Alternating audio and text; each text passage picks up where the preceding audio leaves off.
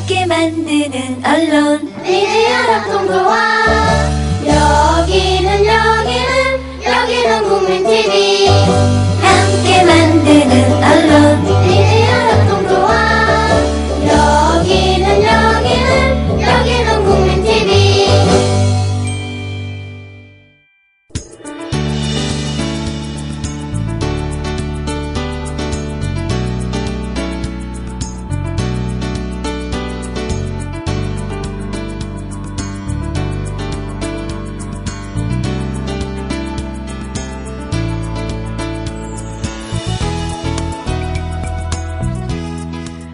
안녕하세요, 여러분. 땜빵 방송 중인 노혜경입니다.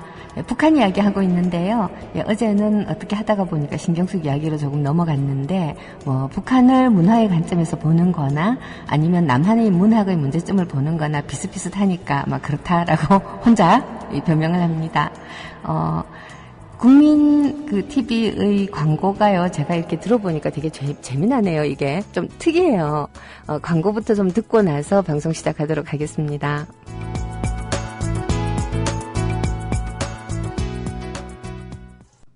주 기자님, 지난 주말에 콘도 다녀왔는데 진짜 좋았대. 주 기자님은 콘도 회원권도 갖고 있나 봐요? 부럽다. 이번에 회원권 114 거래소에 의뢰해서 싸게 구입했다는데? 콘도 회원권은 비싸지 않아요? 회원권인데? 근데 이 콘도 회원권이라고 다 비싼 게 아닌가 봐.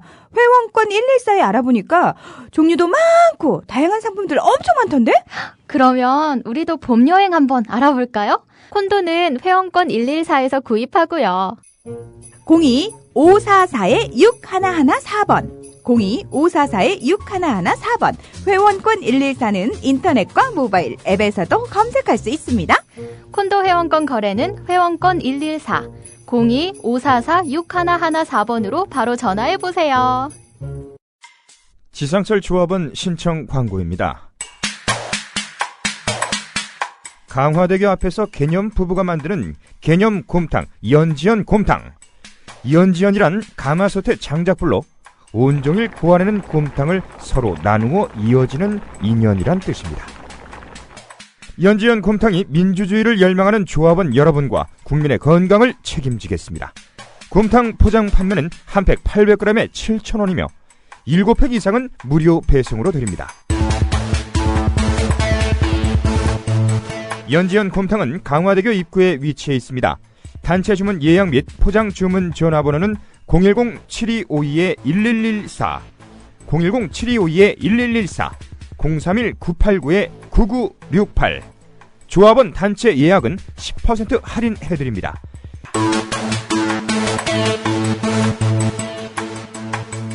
포장 판매 금액의 10%는 국민TV 후원금으로 쓰입니다.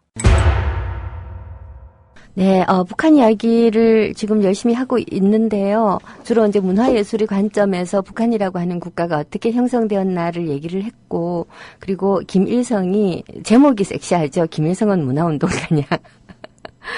사회주의 국가라고 하는 것이 이 문화를 통해서 국가를 건설하고자 하는 의도를 가지고 있다. 그런 체제다라고 하는 거를 어제 말씀드렸어요. 사회주의라고 하는 것은 단순히 경제 체제를 시장 경제가 아닌 국가 계획 경제로 한다든가 하는 차원의 문제가 아니고, 경제뿐만 아니라 정치뿐만 아니라 사회 문화, 심지어 이 윤리라든가 도덕 감정에 이르기까지 모든 것을 사회주의적으로 완전히 개조해서 새로운 체제를 만들어 보고자 하는 아주 야심찬 기획이거든요. 그래서 사회주의는 어떤 의미에서 보면 굉장히 근대적인 기획입니다.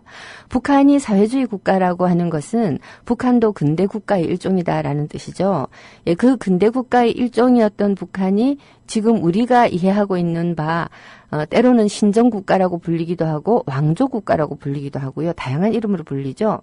그런 이름으로 불릴 수 있는 국가로 변화하기까지의 기나긴 과정은 어떻게 보면 김일성이라고 하는 한 권력자가 말 그대로 신이 되어가는 과정이다라고 할 수 있겠어요. 그리고 그것을 충실하게 뒷받침한 것이 이 문학예술. 북한에서는 문화예술이라고 부르지를 않고요. 문학예술이라고 부릅니다. 왜 그렇게 부르는가 하면요. 문학이야말로 모든 예술의 중심에 있는 장르이기 때문인데 그렇다고 해서 실제로 우리가 이해하고 있는 뭐 소설이니 시니 이런 것들이 중심이라는 얘기가 아니고 문학을 이루고 있는 그 정신 체계 뭐 그런 것들 있잖아요. 일종의 문학의 혼이라고 하는 게 예술의 핵심 분야 그리고 가장 중요한 것이다라는 생각 때문에 그렇죠. 사실 생각해 보면 문학의 우리가 알고 있는 글자라든가 책의 형태로 있지 않아도 문학이라는 게 모든 예술이 중심이다라는 건 쉽게 이해할 수가 있어요. 우리가 요즘 이 마크 로스코 그 그림이 한가람 미술관에서 지금 전시가 되고 있는데 그 마크 로스코 그림 앞에 서서 정말 감동을 느끼잖아요. 아주 벅찬데 그 벅찬 것이 무엇인가 하는 것을 사람들하고 나누려면 언어가 필요합니다. 문학이라고 하는 것은 바로 그 언어를 재료로 삼아서 하는 예술이기 때문에 가장 중심에 있다라는 거를 사회주의권, 특히 북한에서는 문화예술이 아니라 문학예술이라고 하는 이름으로 굉장히 명료하게 표현을 하는 거죠. 사실 어제 제가 북한 얘기를 하다가 말고 신경숙 때문에 입에 거품을 물었던 것도 어떻게 보면 그 문학이라고 하는 게 이 정신, 인류의 정신을 다루는 예술이기 때문에 그랬던 거죠. 제가 오늘 아침 페북에다가 황교안 같은 자가 국무총리가 되는 나라라는 거, 이건 문학이 죽었기 때문이다 라고 얘기를 했는데 많은 분들이 공감을 하셔요. 공감할 수밖에 없죠. 문학이 죽지 않았다면 사람들은 생각이라는 것을 할 것이고 생각이라는 것을 하면 황교안 같은 사람이 총리가 되는 게 얼마나 끔찍한가 하는 걸 알 수가 있어요. 또 이 노무현 대통령 얘기를 해서 좀 거시기한데요. 2002년도에 선거에 참여해서 운동을 하셨던 분들이 기억하는 슬로건이 있을 거예요. 그중에 제가 만든 것도 있거든요. 생각해보면 노무현입니다. 2번 생각하면 노무현이 보입니다. 2번 생각하면이라는 말이 나온 건 기호가 2번이었기 때문이고 생각해보면 노무현입니다죠. 그냥 가만히 보았을 때 왜 노무현인가라고 하는 것을 생각해보라는 거죠. 일방적으로 혹은 단순하게 나는 뭐 한나라 지지니까 회장 찍어, 나는 민주당 지지니까 노무현 찍어, 이게 아니고 우리의 미래를 생각했을 때 왜 노무현인가를 알 수 있다는 거죠. 생각해보면. 이 생각한다는 게 굉장히 중요한 인간의 기능인데 요즘 우리는 생각을 안 해요. 어제 제가 오늘 아침에 밥 먹으면서 남편한테 들은 얘기인데 남편이 어제 회사에서 그 뉴스가 떴더래요. 김광진 국회의원이 국회에서 국방비가 북한은 1조고 우리는 30조다. 그런데도 우리가 전쟁이 붙으면 북한에 질 거라고 얘기하는 게 도대체 이유가 근거가 뭐냐라고 질의를 했었대요. 그 얘기를 하면서 아니 1조 대 30조라는데 우리가 어떻게 집니까 했더니 옆자리에 있는 어떤 나이 지긋한 강남 사시는 분이 우리가 진다 그러더래요. 왜 지는데요? 그러니까 북한은 일당백이니까 우리가 진대요. 도저히 설명이 안 돼가지고 하고 뭐라고 말을 하려다가 아이고 말자 내가 이 사람을 붙잡고 말을 해봐야 이 사람이 생각을 하겠냐라는 생각이 들더래요. 바로 이거죠. 생각을 안 합니다. 자, 문학예술이다라고 문화의 이름을 통칭해서 부르는 북한은 인민에게 어떤 방식으로 생각을 하게 만들까? 자, 이게 이제 문학예술, 북한 문학예술이 가지고 있는 중요한 기능인 거죠. 여하튼 김일성이 수많은 북한의 지도자들 가운데서 문학예술에 상당한 조예가 있었기 때문에 수많은 지식인들이 지지를 얻어서 그 국가 건설의 중심 인물이 되었다라고 하는 얘기는 지난 시간에 했었고요. 실제로 북한이 그 전쟁이 끝나고 한 4, 5년 정도 지나고 나면 민심 이반이 있습니다. 어떤 민심 이반이 있느냐? 농민들이 토지를 분배를 받아서 보수화가 되죠. 사실 프랑스 대혁명이 일시적으로 실패로 돌아갔던 것도 그 귀족들이 토지를 물려받아서 그야말로 무산자 대중에서 토지를 지닌 이 지주잖아요. 아주 작지만 지주로 변한 농민들이 보수적이 되어가지고 더 이상 혁명을 바라지 않았기 때문이다라고 하는 게 이제 그 역사 배울 때 아마 들으신 기억이 있을 거예요. 마찬가지로 북한에서도 밑바닥에 있는 농민들이라든가 또는 그 밖의 어떤 하여튼 비지식인들 그룹에서는 이런 의심을 하는 거예요. 김일성 체제 또는 공산주의 체제가 우리한테 어쩌고 저쩌고 썰레발 떨면서 화려하게 말을 했던 것과는 달리 좀 다르다, 좀 아닌 것 같다라는 생각도 하고 뭔가 반대하고 싶은 생각도 들고 거기다가 북한이 또 후기로 50년대 후반으로 가면 나눠졌던 토지들을 하나로 묶어가지고 다시 협동농장으로 바꾸는 작업들을 하거든요. 다시 말해서 국유화하기 시작하는 거죠. 이런 상황 속에서 불만들이 있지만 지식인들은 여전히 압도적으로 지지를 하는 거죠. 왜 지식인들이 사회주의 체제를 지지했을까? 여러 가지 이유를 생각해 볼 수 있겠습니다만은 지식인은 우선 처음에 자기가 품었던 뜻을 지키고 나아가려는 어떤 관성이 있고요. 내가 잘못 생각했어 라고 자기 성찰을 하고 반성을 하고 그땐 내가 틀린 것 같아 라고 이야기하는 지식인은 정말 드뭅니다. 너무 자주 내가 틀렸네요라고 하면 그거는 실력이 없는 거지만 정말 우리한테 실력자라고 인정을 받았던 어떤 지식인이 이거 내가 잘못 생각했고 내 학설이 틀렸어요라고 말을 한다면 그 사람은 영웅인 거예요. 굉장한 거예요. 정말 드물기 때문에요. 마찬가지로 북한의 사회주의적 지식인들도 그런 관성을 가지고 있어요. 유명한 책이긴 한데 잘 안 알려진 등나무집이라고 하는 책이 있거든요. 혹시 여러분 그 이한영이라고 하는 이름을 들어보셨는지 모르겠어요. 성혜림이라고 김정일의 첫 번째 부인이에요. 정식 결혼을 못했죠. 정식 결혼을 못한 사연이 참 좀 약간 기구한데 성혜림이 김정일을 만났을 때 김정일은 총각이죠. 이제 막 대학을 졸업을 하고 차츰차츰 북한 사회의 중심으로 들어오고 있었던 무렵인데 영화를 김정일이 주로 장악을 해서 자기 자신의 권력을 키워나가는 데 썼어요. 사실 문학 예술이라고 하지만 북한에서 가장 중요한 장르는 집단 체조와 영화라고 할 수 있어요. 집단 체조. 우리 아리랑이라고 들어보셨죠? 마스게임. 자기들은 마스게임이라고 안 하고 집단 체조라고 하죠. 집단 체조인데 이거하고 영화인데 사실은 이 집단 체조든 영화든 시나리오는 문학이죠. 어쨌거나 간에 김정일이 영화 예술론이라는 것을 시작으로 수많은 예술 이론들을 써내요. 여하튼 이 영화를 장악을 했다라는 거죠. 근데 이때 아름다운 여배우를 하나 만나요. 성혜림이라고. 근데 이 사람이 유부녀였을 뿐만 아니라 이기영이라고 하는 유명한 소설가가 있어요. 한설야와 더불어 북한의 초기 이 문학계를 장악을 했던 아주 거물급 소설가예요. 우리식으로 따지면 황석영이라든가 별로 비교하고 싶진 않지만 이문열급은 되죠. 대단하죠. 이분의 며느리였어요. 자, 이 성혜림하고 사실 서로 좀 반했겠죠. 그래서 그냥 살림을 차려버리는 거예요. 거기서 태어난 아들이 김정남이에요. 김정은의 큰형. 지금 전 세계를 떠돌면서 살고 있죠. 자, 그 김정남이죠. 자, 이런 이 기구한 사연이 있는 성혜림의 언니가 성혜랑이라고 하는 소설가예요. 자, 이 성혜랑과 성혜림 자매의 아버지가 성유경이라고 하는 유명한 공산주의자였거든요.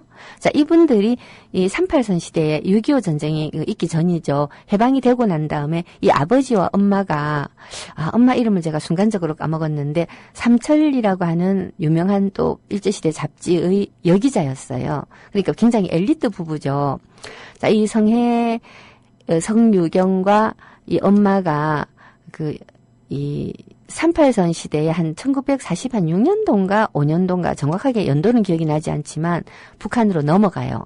근데 이 성유경은 합천인지 산청인지 굉장히 부잣집 아들이었거든요. 이 부잣집 아들이 가산을 완전히 정리를 해가지고 어떻게 넘어가냐면 소달구지 있잖아요. 소달구지에 서울 시내의 서점이란 서점은 다 뒤져서 외국어 사전을 구입을 하는 거예요. 한불사전, 한영사전, 한일사전, 이란사전, 불한사전, 영안사전 할 것 없이 사전. 그때는 또 일본말로 된 사전들이었겠죠. 이런 사전들을 있는 대로 구해가지고 소달구지에 가득 싣고 올라가요. 이 지식인인 성유경의 입장에서 볼 때 학문을 발전을 시키려면 외국어 공부를 해서 빨리빨리 외국의 지식을 받아들이는 것이 중요하고 그러려면 사전이 필수다. 이렇게 생각한 거죠. 예, 그렇게 해서 북한으로 넘어간 그런 지식인의 딸들인 거죠. 이 인생이 굉장히 기구합니다만은 이 가족의 이야기가 오늘의 주제는 아닌데 그 성유경 이야기를 하고 싶은 거예요. 이 성유경이 나중에 되어 가지고서 남쪽에서 올라간 지식인들을 북한에서 숙청을 하거든요. 숙청을 하는데 그때 역시 숙청을 당해가지고 북한에서의 숙청은 여러 가지 형식이 있어요. 어제도 잠깐 말씀드렸지만 아예 장성택처럼 죽이는 방법이 있죠. 자, 그런가 하면 지금의 현영철이라고 북한의 장성이 뭐 사형을 당했다라는 썰도 분분하고 근데 또 한편으로는 죽은 것이 아니고 지금 혁명화 중에 있다라는 말을 하는 사람들도 있어요. 혁명화가 뭔가 하면 그 일베에서 뭐 민주하니 무슨 하니 이런 말을 쓰잖아요. 이게 굉장히 북한식 용어인데 일베가 이제 북한 말을 따라하는 거죠. 한마디로.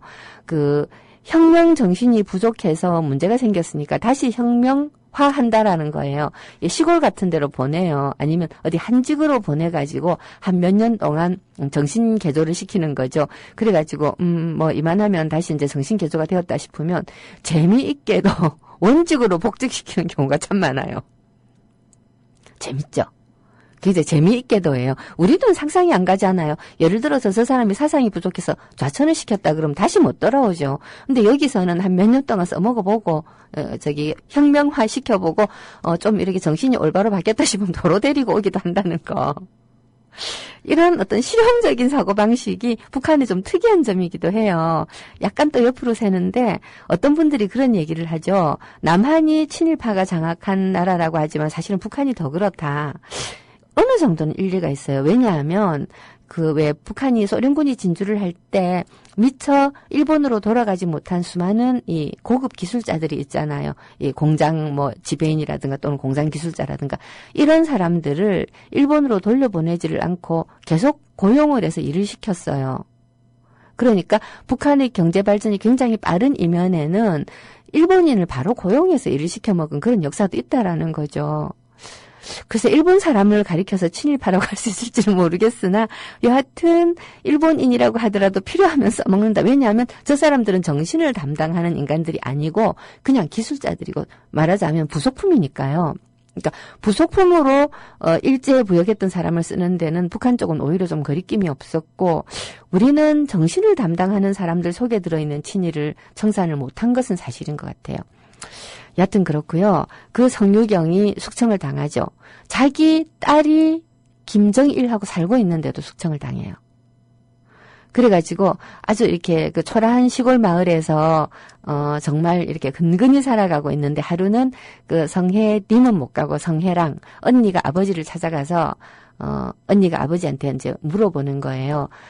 아버지의 지금 처지에 관해서 어떻게 생각하십니까? 아버지가 38선을 넘어온 것이 과연 잘한 일이라고 생각하십니까? 라고 하는 말을 노골적으로는 못 묻고 독자는 알아들을 정도로 묻는데 아버지가 뭐라고 얘기하시는가 하면 여전히 사회주의 조국에 대한 신념은 변함이 없다는 거예요. 이게 지식인이죠. 비록 내 처지가 지금 형편없는 상황으로 떨어져 있으나 우리가 건설하려고 했던 조국이고 비록 지금 독재로 치달아가고 김일성이 잘못하는 것이 있고 하다고 하더라도 나는 그것을 비판할 수 없고 잘 되기를 끝까지 이제 기도해야 된다라는 이런 상태인데, 글쎄. 하여튼 좀 어쨌든 그래요. 여하튼 문화예술인과 지식인들을 토대로 해서 김일성이 권력을 장악을 견고하게 할 수 있었던 거죠. 그리고 김일성은 또 재미있는 게요. 생각하는 백성이라야 산다라고 하는 것은 함석헌 선생의 말씀이지만 김일성은 전 국민의 엘리트화를 추구했어요. 국민이 똑똑해져야 된다고 생각을 한 거예요. 그러니까 북한 엘리트 정책이 되게 재미있는 게 이중적인데 옛 엘리트라고 해가지고 일제시대 때부터 공부를 해와서 부르주아지 사상 물을 먹은 사람들 있잖아요.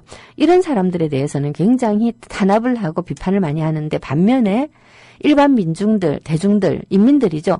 인민들이 엘리트 못지않게 공부를 하고 깨우쳐야 된다고 생각을 해서 무지무지하게 공부시키려고 덤비는 거예요. 자, 이제 그런 재미있는 요소들이 있었습니다. 일단 노래 한 곡 듣고 가죠. 신청곡이 들어와 있었어요. 임진강이라고 하는 노래를 신청해 주셨는데, 이 임진강이라는 노래의 역사도 길지만 다음 기회에 얘기하기로 하고요. 요거 한 가지만 말씀드릴게요. 제가 지난 시간에, 첫 시간에 버벅대면서 북한 애국가의 가사를 소개를 했었죠. 그 북한 애국가의 가사가 왜 그 아침은 빛나라 이 강산 이렇게 시작되는 박세영이라고 하는 산제비라는 시를 썼던 일제시대 카프파의 유명한 시인이에요. 자, 이분이 쓴 가사예요. 임진강. 김용우의 노래로 들어보도록 하겠습니다.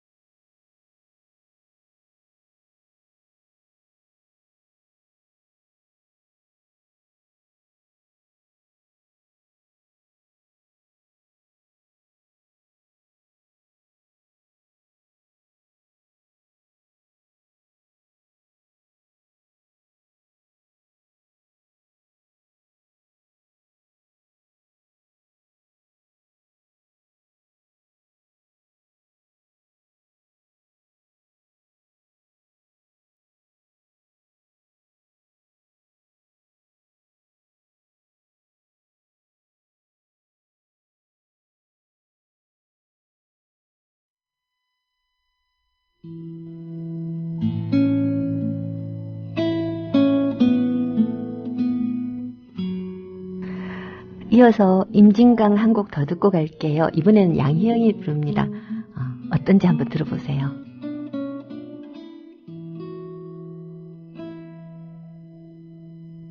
임진강 맑은 물은 흘러 흘러내리고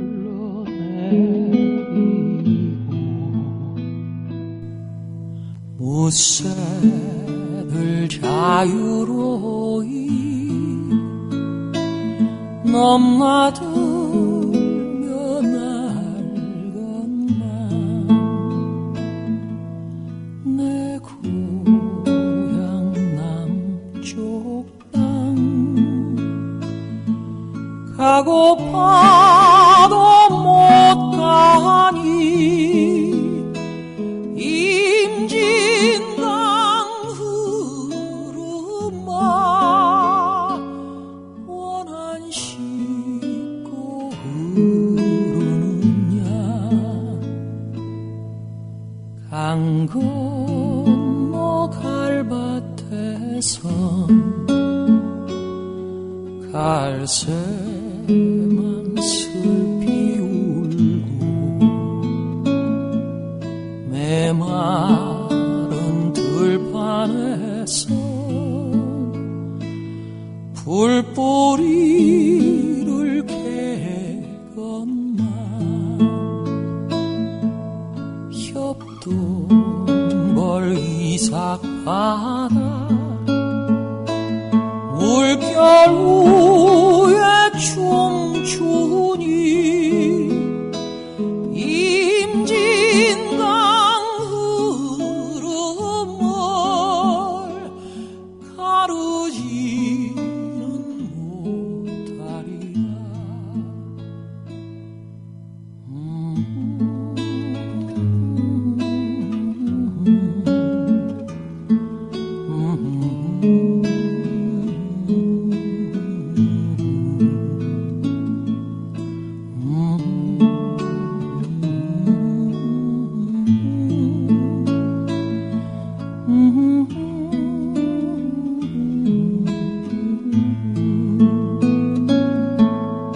내 고향 남쪽 땅 가고파도 못 가니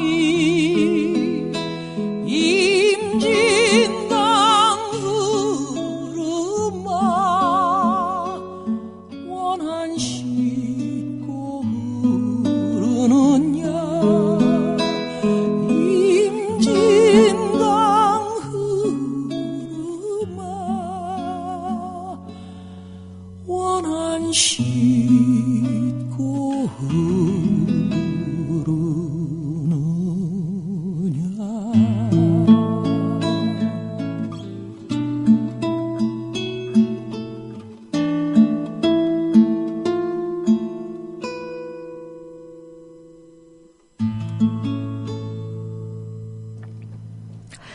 네, 임진강을 두 곡이 아니라 두 번 들었죠.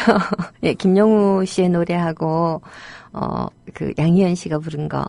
우리 여기 미녀님께서 일본어 버전은 더 슬프더라 그랬는데, 사실 이게 이 박치기라고 하는 이 제일동포의 애환을 다룬 영화에 삽입되었던 곡이에요. 그야말로 분단과 이산의 아픔을 그린 그런.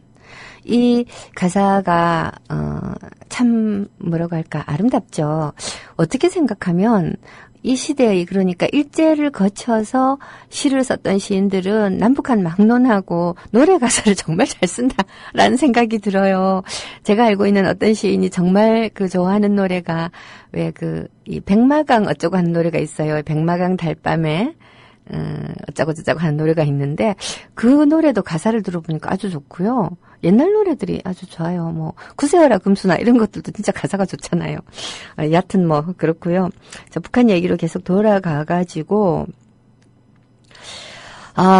이렇게 이제 성유경이라고 하는 사람의 태도에서도 볼 수 있듯이 지식인들은 비교적 김일성을 계속해서 이제 지지를 했었다라고 하는 말씀을 드렸는데 그렇다고 해가지고 이제 김일성이 지식인들이 지지를 등에 업고서 언제나 승승장구한 것만은 아니죠. 오늘은 남은 시간 동안 아주 잠깐 김일성 숙청의 역사를 통해서 근대 사회주의 국가였던 북한이 오늘날 우리가 이해하고 있는 3대 세습국가. 그죠? 3대 세습국가예요. 이 3대 세습국가를 어떻게 갈 수 있었을까를 아주 간략하게 한번 살펴보도록 하죠. 자, 김일성이 이 위기를 맞은 것, 정치적 위기를 맞은 것은 꽤 여러 차례라고 할 수 있어요. 우선 당장 맨 처음 김일성이 1948년도에 국가를 세우면서 이제 일종의 국가 수반이 되잖아요. 이제 국가 수반이 될 수 있었다라고 하는 사실은 승리를 했다라고 볼 수 있는데요. 근데 승리를 했다고 볼 수 있는데 그 뒤에 6.25 전쟁을 일으키잖아요. 그래가지고 자기들은 그 뭐라고 얘기를 하는가 하면 북한은 이렇게 얘기를 해요. 이 한 세기에 제국주의를 2번이나 타승한 위대한 국가라고 말을 해요. 때려서 이겼다는 거예요. 타승한. 근데 어떻게 2번이나 이겼냐? 우선 일제를 물리쳤다. 항일 무장투쟁을 통해서 일제를 물리치고 그 다음에 미군하고 싸워서 이겼다라는 거죠. 미국하고 싸워서 자기들은 이겼다고 주장을 해요. 근데 그냥 이겼다고 주장할 뿐이에요. 사실상 미군이 이기지는 못했죠. 왜냐하면 이 38선에서 휴전선으로 전선은 바뀌었지만 영토는 비슷하고 그리고 이제 오르락 내리락 하다가 결국은 이 휴전 협정을 맺을 수밖에 없었으니까 미국도 못 이기고 북한도 못 이긴 건데 자, 이걸 가리켜서 북한은 자기들이 이겼다고 주장을 하는 거예요. 이겼다고 주장을 하면서도 북한은 미국을 정말 무서워합니다. 폭격이라고 하는 책이 있어요. 요새 이제 최근 들어서 엄청나게 무리를 빚고 있는 창비에서도 가끔 좋은 책이 나오긴 하죠. 이 서울대 또 나이가 들어가면 사람 이름을 자꾸 까먹어요. 여하튼 책 제목은 폭격입니다. 박사 논문을 책으로 바꾼 건데 이 폭격 안에 보면 어떤 기가 막힌 얘기가 나오는가 하면요. 6.25 전쟁 때 미국이 북한에다가 퍼부은 이 폭탄의 양이 어느 정도였냐면 그냥 아주 쉽게 비유적으로 말해서 북한을 콩가루로 만들 만큼 퍼부었다라는 거죠. 그래서 북한의 중요한 도시들 있잖아요. 평양, 그리고 또, 원주, 함흥, 원주란다, 평양, 원산, 함흥, 이런 큰 도시들에는 이 땅에서부터 재어가지고 높이가 8m가 넘는 건물이 없었답니다. 몽땅 다 두드려 부셔가지고. 한마디로 가루를 만들어버린 거죠. 그 엄청난 폭격을 당한 북한 주민들이 미국에 대해서 어떤 감정을 가지겠어요?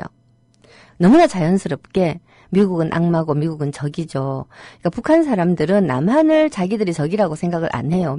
미국을 적이라고 생각하죠. 그도 그럴 것이 하늘에 비행기가 날아와가지고 이 웽소리가 들리자마자 폭탄이 내리 퍼붓고 여기저기 터지고 하고 나서 어떻게든지 간에 땅을 파고 들어가서 숨어 있다가 나와서 보면 땅 위에는 반듯한 건물 하나도 없는 가루만 남아있다. 이 지경이 되는 거죠.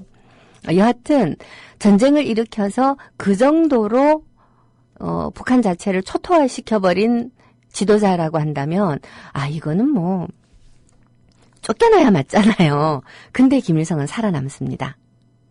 뒤집어 씌웁니다. 누구한테? 남노당 박헌영 일파에게요. 그때 정말 슬프게도 이 문학예술의, 정말 우리 이 문학예술의 총화 중에 한 명이라고 할 수 있는 임화라고 하는 시인 겸 평론가가 있어요. 일제시대 때 문학의 이론을 세운 몇 명 안 되는 평론가 중에 한 사람인데요. 이분이 이야기한 굉장히 유명한 말이 이식문학론이라고 하는 게 있어요. 한국의 근대문학은 우리가 역사적으로 이렇게 세운 어떤 그 사상과 그리고 기법, 그리고 문학 이론 이런 것 위에서 시작된 게 아니고 일본을 통해서 들여온 것이고 그 일본은 또한 서구에서 들여온 문학론이다.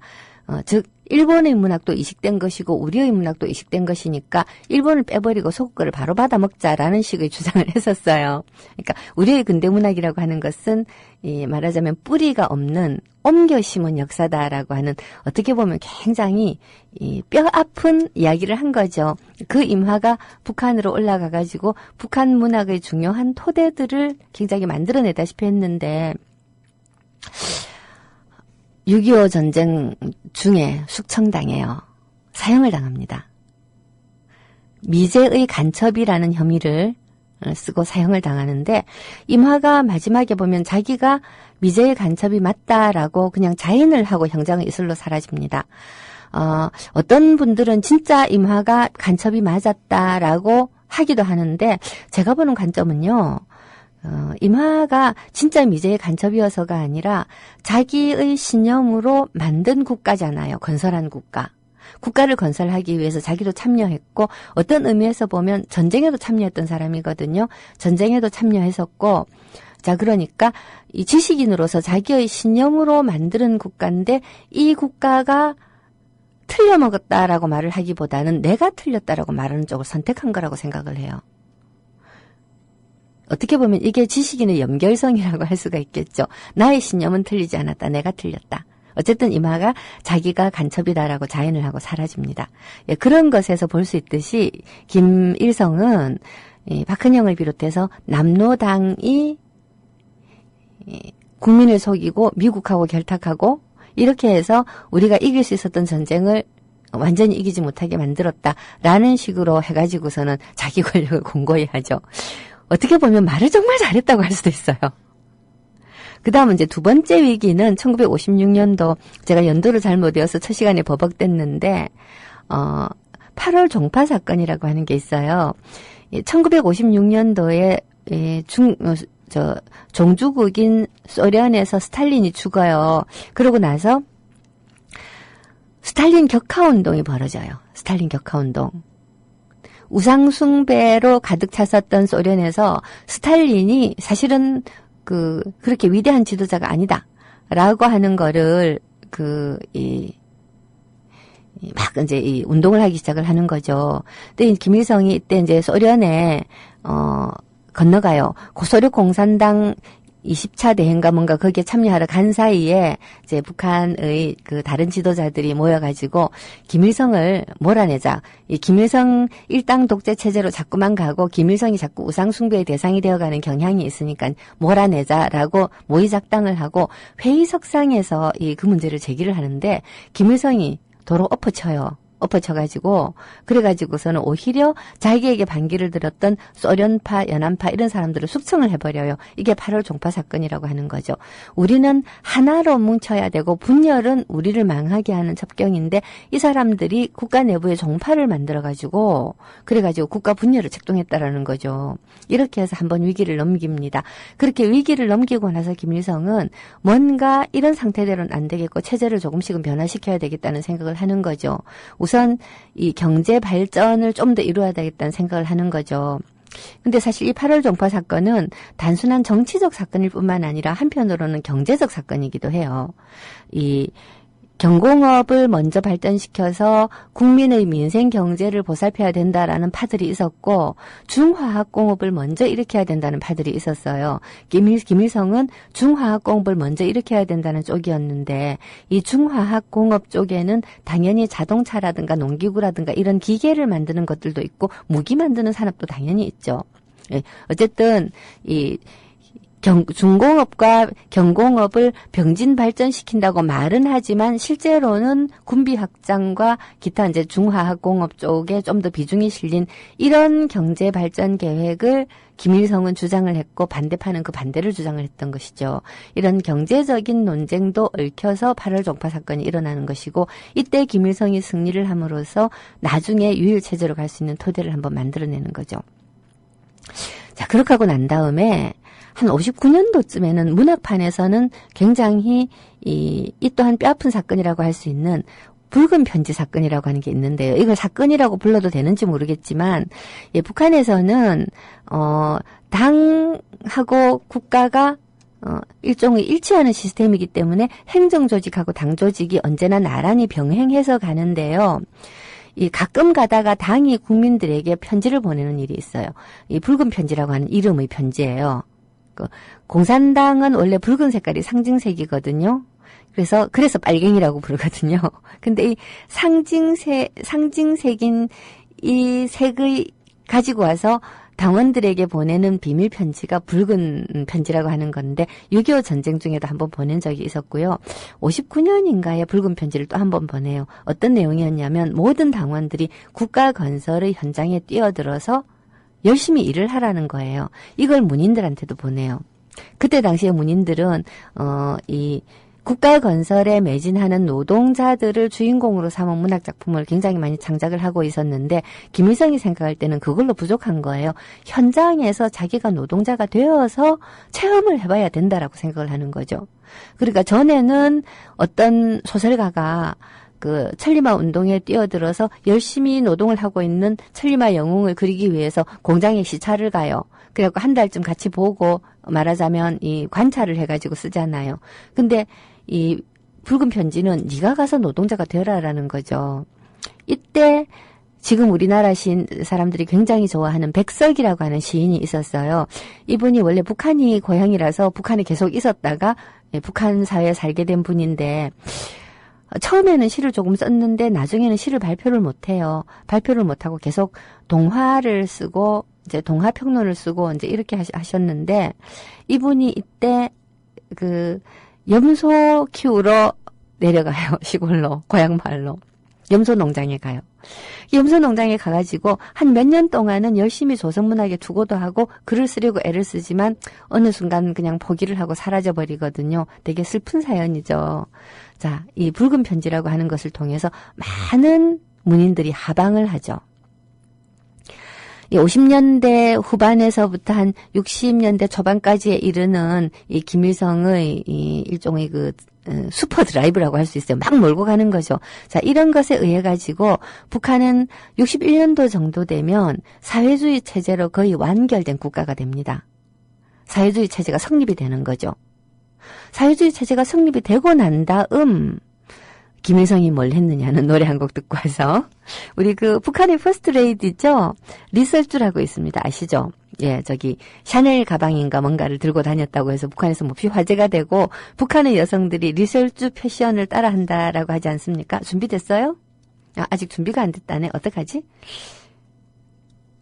그러면 리설주 노래가 아마 지금 서비스가 안 되나 보죠. 우리나라 그에서 이 그 리설주가 처음에 퍼스트 레이디가 되었다라고 했을 때 좀 할 말은 아니지만 인기가 있었거든요. 정말로 리설주 패션에 대해서 뭐 머리카락이 뭘 어쨌다 하는 둥, 치마가 짧았다는 둥, 길었다는 둥, 뭐 브로치를 뭘 달았다는 둥, 액세서리가 뭘 했다는 둥, 심지어 뭐 무슨 뭐 악어 가죽 가방 뭘 들었다는 둥 하면서 아주 난리가 났었어요. 그래서 굉장히 인기가 있었는데 심지어 벅스에도 리설주가 부른 노래 시리즈도 올라가고 했는데 다시 보니까 다 없네요. 아마 막은 것 같아요. 그래서 리설주가 부른 거 말고 청산벌의 풍년이 왔네? 예, 라고 하는 노래를 듣도록 하겠습니다. 이 청산벌의 풍년이 왔네라고 하는 노래는요, 북한의 그야말로 개관 시인인 김상호라고 하는 분이 쓴 가사입니다.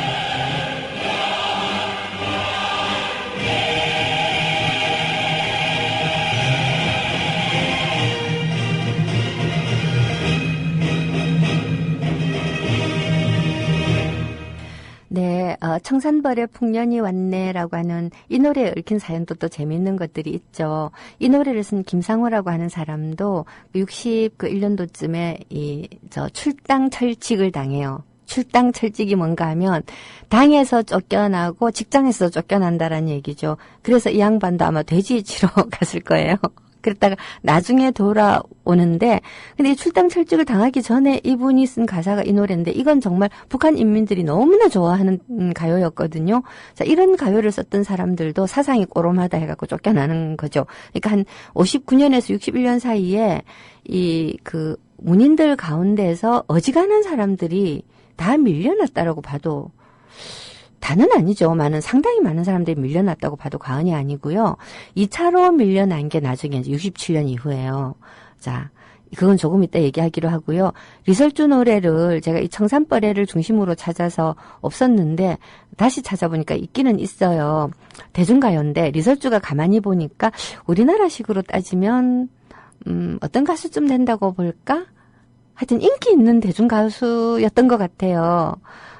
멋있는 사람이라고 하는 곡을 한번 들어보도록 하죠. 예.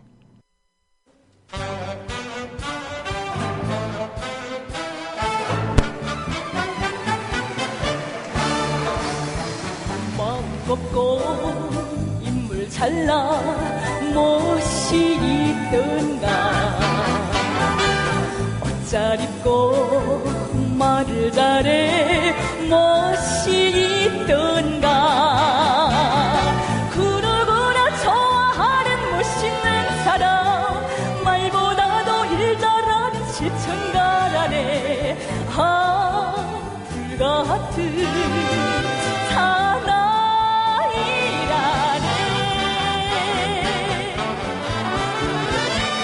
남을 위해 험한 일도 웃으며 가고 모든 일에 먼저 찾는 미도운 사람 그러거나 존경하는 멋있는 사람 소박하고 고지식한 일꾼이라네 열정적인 사나이라네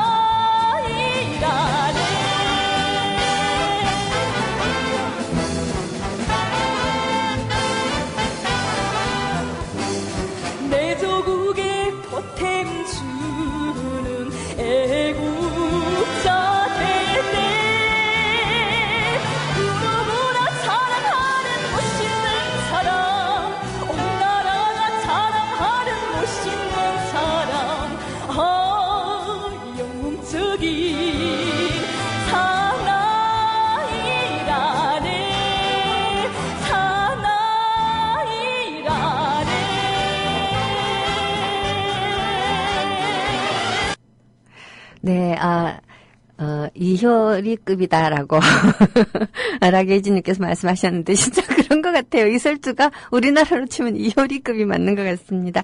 여하튼 이렇게 노래를 들었어요. 이 김일성이 8월 종파 사건이라고 하는 것을 통해서 한번 이 자기 권력을 공고히 하고 그리고 사회주의 체제를 성립을 하죠. 제대로 수립을 합니다. 그렇게 하고 난 다음 다시 자기 이 권력을 공고히 하기 위한 이제 작업들을 하는 거예요. 이게 북한이 느낀 거죠. 김일성이 이게 공산주의 체제 그 자체만으로는 힘들다. 스탈린이 저렇게 이렇게 내려앉는 걸 보면서 이 뭔가 좀 다른 게 있어야 되겠다. 라는 생각을 하기 시작을 하는 거죠. 근데 어쨌든 그때까지도 북한의 지식인들은 김일성을 좀 신뢰했던 것 같아요. 뭔 얘기인가 하면 이 사회주의 체제라고 하는 것 자체가 근본적으로 프롤레타리아트 독재 내지는 공산당 일당 독재를 추구를 하는 시스템이고 그리고 그 일당 독재라고 하는 것은 당 서기를 중심으로 해서 뭉치는 체제잖아요. 그러니까 일종의 위임받은 1인 권력에게로 권력이 집중되기 쉬운 시스템이라고 저는 생각을 합니다. 근데 이제 이게 우상숭배 수준까지 가는 것에 대해서 후계자들이 권력을 어떻게 보면 권력을 빼앗기 위해서 후계자들이 앞선 권력자의 권위를 무너뜨리는 것이 이제 우상타파라고 할 수 있지 않겠어요? 근데 김일성은 이렇게 이제 우상이 타파되는 것 자체가 허약한 북한의 상황에서 볼 때는 체제가 휘청거리는 위험한 일이라고 생각했을 수가 있어요. 그래서 이제 체제를 공고히 하기 위한 다양한 작업들을 하죠. 교육을 통해서 북한은 이 일종의 주체를 주장하기 시작을 해요. 주체라고 하는 말이 되게 듣기에 말만 갖고 듣기엔 되게 그럴듯해요. 경제에서의 자립, 국방에서의 자위, 그리고 또 뭐 자주라는 말이 있었는데 정치에서의 자주든가요? 하여튼 그런 주장들을 하게 되죠. 그런 주장들을 하게 되면서 차츰차츰 유일 체계를 향해서 나아가게 됩니다. 이 60년대라고 하는 기간 전반에요. 근데 실제로 이 60년대라고 하는 기간에는 북한이 붉은 편지 사건이라든가 또는 기타 여러 차례의 이 부르주아지적 사상을 지니고 있는 문학예술인들에 대한 퇴출을 통해서 사회주의를 공고하게 지니고 있는 그 문학예술인들로 차츰 바뀌어가고는 있지만 한편으로는 자기네들 체제 내부에서 나름 창작 방법론을 두고 굉장히 격렬한 토론이 벌어지고 있기도 했던 시기거든요. 이 시기에 북한의 문학예술은 주로 문학예술의 주인공이 누구인가를 놓고선 다투기 시작을 해요. 주인공이 누구냐. 처음에 제가 50년대 때 이 시에서 특히 나라고 하는 것이 시인 개인의 자아가 아니라 공동체적인 주체여야 된다. 우리여야 된다. 즉 자아여서는 안 된다라고 하는 주장이 있었고 그것이 먹혀 들어갔다라는 말씀을 드렸는데요. 자, 나가 우리인데 소설에서는 더 그랬고 시에서도 어떤 우리냐? 시대의 주인공이라 해야 된다라는 거죠. 그러면 어떤 주인공이냐? 50년대 후반쯤에는 한참 경제 건설이 가속화되고 천리마 운동이 막 시작이 되어서 온갖 운동들이 벌어지던 시기예요. 새벽 별 보기 운동이라는 말 들어보셨죠? 새벽에 별 보고 나가지고 밤에 달 보고 들어온다. 새벽 별 보기 운동, 뭐 천리마 영웅이라든가 하여튼 이런 왜 국가 건설, 국가의 재건이죠. 재건에 종사하는 노동자와 농민들을 주인공으로 해야 된다. 또는 당성이 굉장히 강한 당원 이런 사람들이 주인공이 되어야 된다라는 식의 창작 방법론이 굉장히 많이 등장을 하고요. 그리고 실제로 평론가들도 작품들에 대해서 평을 할 때 주인공이 제대로 되었느냐 아니냐 같은 것들을 가지고 굉장히 많이 얘기를 해요. 그러다가 60년대 들어가면서 새로운 주인공이 등장하기 시작을 해요. 새로운 주인공. 그 새로운 주인공에 관한 이야기와 60년대 이야기는 내일 이어서 하는 걸로 하도록 하죠. 여하튼 북한이 이 새로운 주인공을 만들어내는 과정에서 김일성 유일 독재 체제로 갈 수 있는 기반을 많이 닦았다라는 거는 일단 말씀을 드릴게요. 어떻게 기반을 닦았느냐? 맛배기로 조금 얘기하자면 김일성이 항일무장 그 투쟁을 이끈 전사다라고 했잖아요. 60년대에 조국 건설에 매진하는 노동 영웅들뿐만 아니라 이 항일 혁명 투사들이 주인공이 되기 시작을 하는 거죠. 많이 등장을 하는 거죠. 처음에는 실질적으로 항일무장 투쟁에 종사했었던 혁명 영웅들을 발굴하는 얘기들이 많아요. 일종의 역사 발굴이죠. 역사 발굴을 하다가 나중에는 역사 창조를 합니다. 그리고 그 역사 창조에 문학이 무지무지하게 참여를 하는 거죠. 자, 그럼 대충 어떤 분위기인가 하는 것들을 이해를 하셨을 겁니다. 아, 내일 토요일이죠. 다음 주에 얘기해야 되겠어요. 죄송합니다. 자, 어쨌거나 이 워렌 버핏님께서 북한은 공산주의 사회주의가 아닌 유사종교 우상숭배 국가라고 하셨는데 사실 좀 그렇게 볼 수 있죠. 신정국가라고 부르기도 하잖아요. 신정국가. 근데 적어도 61년도까지 사회주의 체제를 확립했고 사회주의 국가를 제대로 건설하기 위해서 노력했던 것도 사실이에요. 70년이나 되는 역사에서 시작부터 만약에 북한이 김일성이 종교다, 우리가 국가가 아니었다라고 말을 한다면 인민이 과연 따라 했겠어요? 인민이 따라 하게끔 만든 기나긴 과정의 문화예술 이야기를 제가 지금 하고 있는 거죠. 자, 그럼 우리 다음 주에 뵙겠습니다.